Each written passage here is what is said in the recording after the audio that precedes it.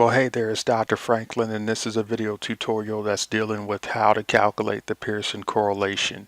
The Pearson correlation is a statistic that measures the degree and the direction of the linear relationship between two variables. This statistic is oftentimes employed if a researcher is looking to predict one variable from another, if a researcher is looking to see if a measure is valid or reliable, and a researcher may also use this if they're looking to verify a particular theory or tentative explanation that they have as it relates to multiple variables.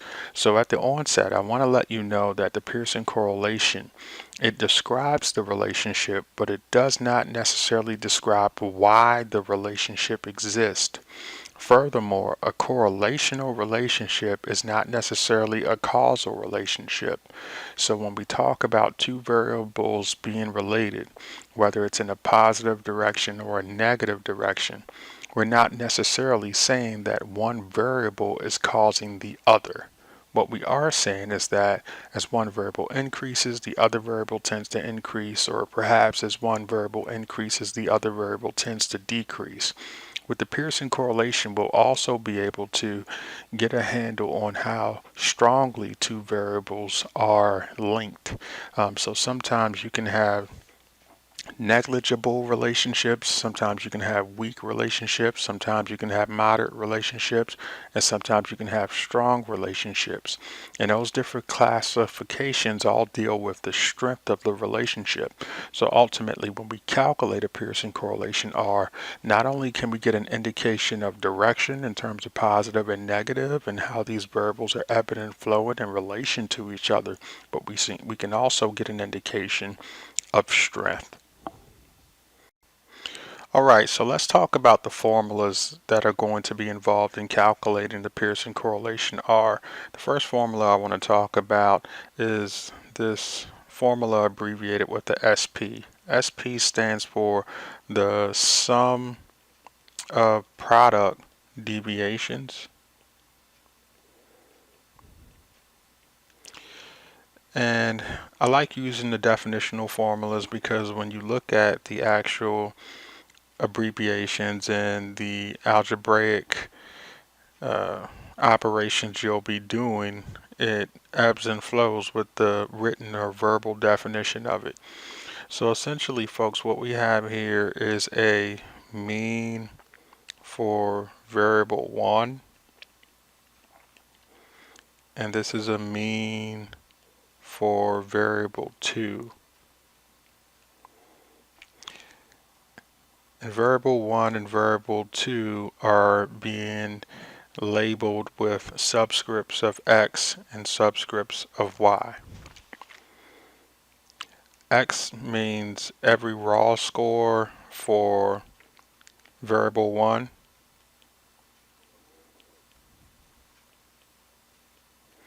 And then y means raw scores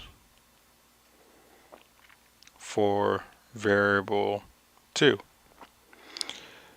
And what you have occurred in parentheses is a basic deviation. We are taking the mean as it pertains to one variable and subtracting it from every raw score that occurs within that particular variable.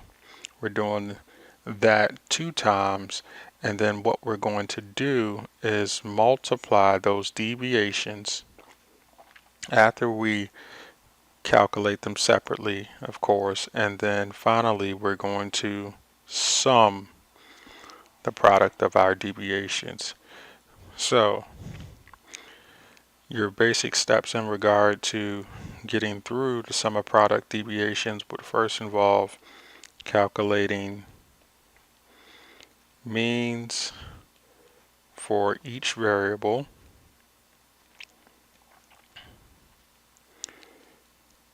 calculating deviation scores for each variable,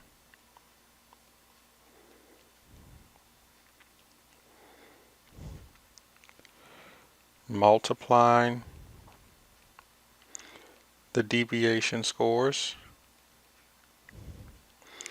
and then finally summing the product deviations. So with that being said, let's walk through the steps of calculating the sum of product deviations. If you look at the top of the video projection, you will see that I have two variables up there. I have weight and I have income. So along these two variables, a group of 8 individuals have been selected to provide their weight and provide their income. So the Pearson correlation is oftentimes employed on variables that just involve individuals reporting the status as it relates to two variables of interest to a researcher. So here we have no manipulation whatsoever. Now, in terms of the weight column and how to interpret that data, think of one as being an indication of a person that is on the thinner side in regard to the sample's weight, and think of a person that has a numeric of 5 as being somebody on the heavier end in terms of weight in relation to the sample. Okay, let's walk through these steps of the sum of product deviations. If you were to calculate a mean for weight, you would end up with a mean of 3. Okay, so essentially what you would do is add up all these numbers and then divide by 8, and that's how you would get your mean. And then we do the same thing with our income column. We'd add up all of these numerics and then divide by 8, and if we did that, we would end up with a mean of 88. Okay, so it looks like on average in terms of weight, individuals are moderately heavy, and in terms of income, individuals are making about $88,000 a year.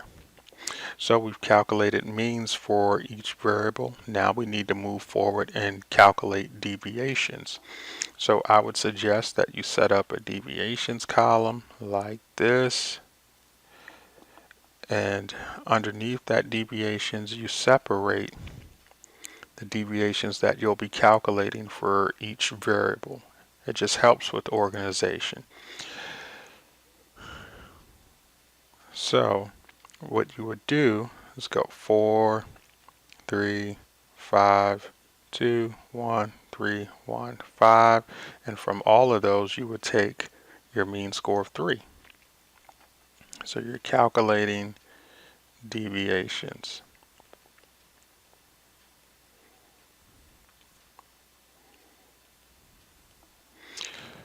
So if you were to do that, you get 1, 0, 2, -1, -2, 0, -2, and 2. Okay. Now for the Y columns deviations, I'm just going to list out what the deviations would be if you took 88 from each of these raw scores. So if you did that, you would get 68, 0, -39, -15, -43, 4, -35, and 60. Alright, so now that we have our deviations for each variable, now what we need to do is multiply these deviations. So create another column and name it products. And what you're going to do is multiply the deviations that occur for each participant. So there are 8 participants in the study, and for every participant you have 2 deviation scores, so you're going to multiply those. So we're going to go 1 times 68. Where did that 1 come from? That 1 came from deviation column. That 68 came from deviation column for y. So we go 1 times 68, we get 68. Let's do this one more time. 0 times 0 gives you 0. And now that you guys got it, I'm just going to list out the products you would get from multiplying the other deviation scores. So negative 78, 15, 86, 0, 70, and 120. So we have calculated means for each variable, calculated deviation scores for each variable, and we just multiplied the deviation scores as it relates to each participant. Now our last step in order to get our sum of product deviation scores is summing the product deviations. So in other words, summing up all of these products that we obtained in this column. So in order to get this SP, we have to go 68 plus 0 plus negative 78 and so on and so forth. Okay. Now just to help us with space, I'm not going to list out all of that addition, but instead I'm just going to provide you with an answer. The sum of product deviation scores would be, if you added up all of these numbers, you would end up with 281.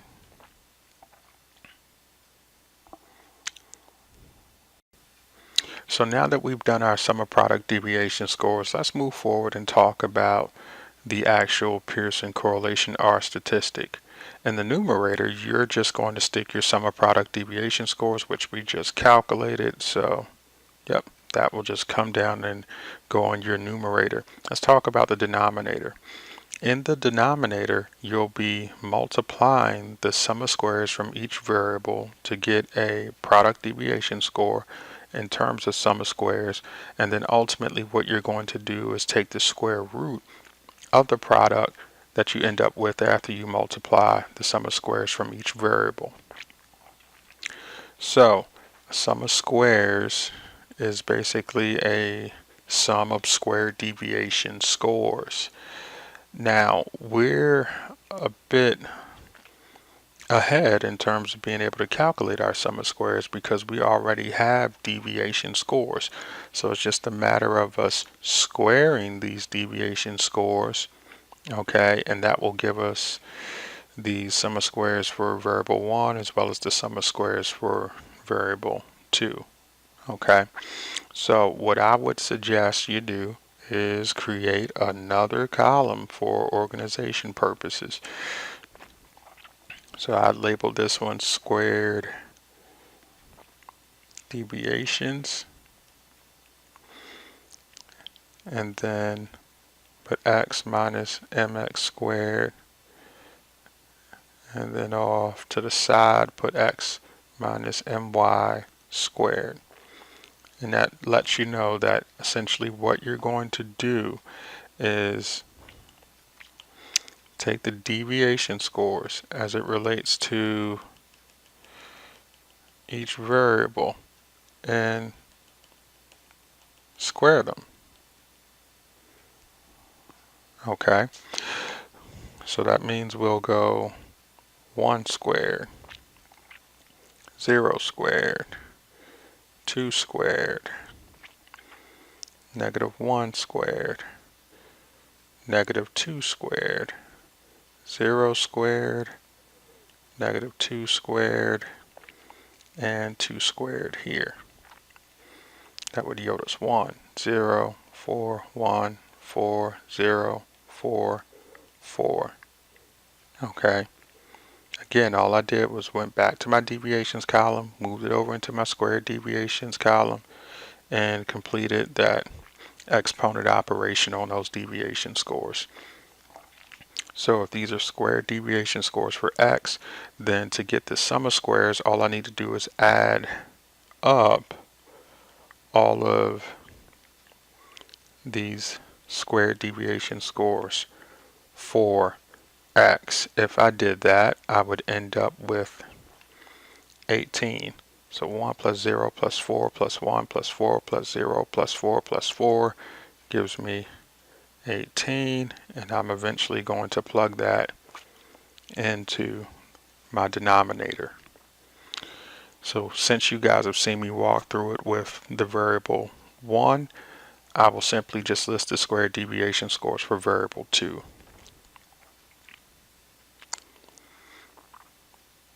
You'd have 4,624 here, 0, 1,521, 225, 1,849, 16, 1225, and 3,600. If we added up all those squared deviation scores for the sum of squares for y, we would end up with 13,060.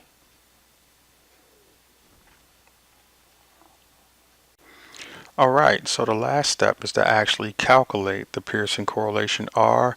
Let me create some space on the whiteboard.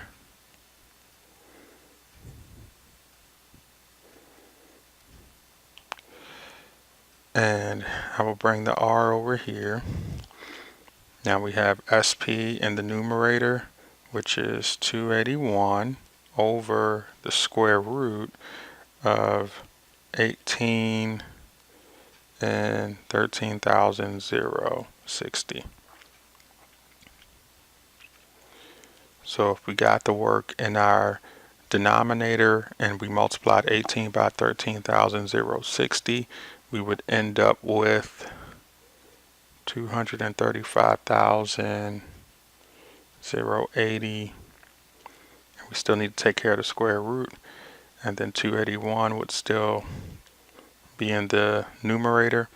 We took the square root of 235,080. We would end up with 484.85 with 281 in the numerator. And then finally, when we complete the division, we would end up with 0.579, which I would round to 0.58. And that is your calculated Pearson correlation R. So we'll need to go to our Pearson correlation R critical table in order to determine if this 0.58 we've calculated is statistically significant. So this is the table of critical values for Pearson's R.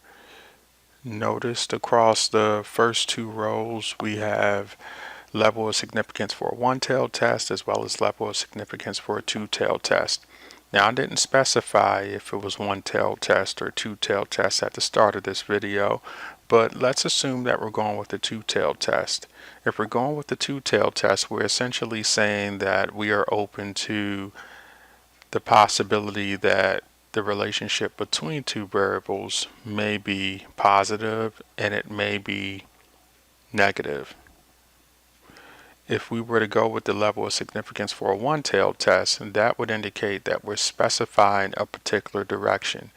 In other words, in our hypothesis, we are laying out that the relationship is either going to be positive or it's going to be negative. So think of the one-tailed test as being very focused, very much streamlined, and the two-tailed test being open to the possibilities.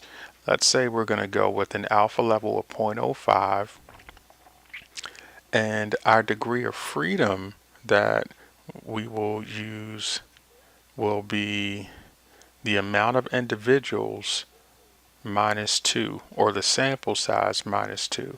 So that's how you would calculate degrees of freedom for Pearson correlation R. N minus 2. So upon doing that, we would determine that we have a degree of freedom of 6 for our study, and we would simply go over to the 0.05 two-tailed column and find out that our R critical for this example is 0.707. Let's go back to our live board.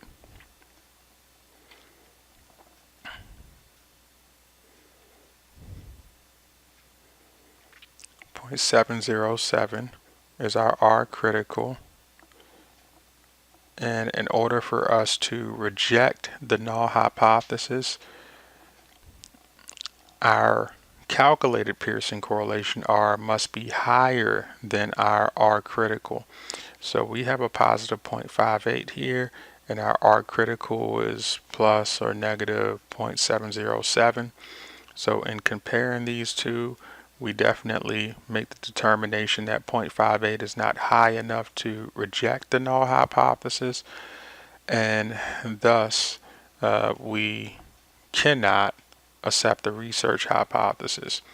So in terms of our null in this example, we will accept it, and in terms of our alternative or our research hypothesis H1, or as some students like to call it high, we will reject it. So even though we have a numeric that is well above 0, we cannot say that there's a relationship between weight and income. We have to accept the null, and we're going to reject the research hypothesis. Now, let's say these two things were related and we were interested in determining the amount of variability in one variable that can be determined from the relationship with the other variable.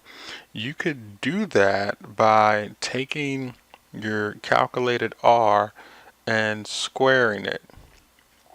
So if we took 0.58 and we squared it, we would end up with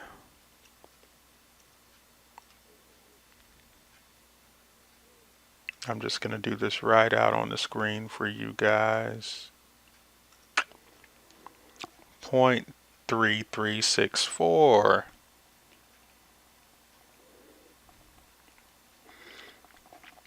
And I would round that to 0.34.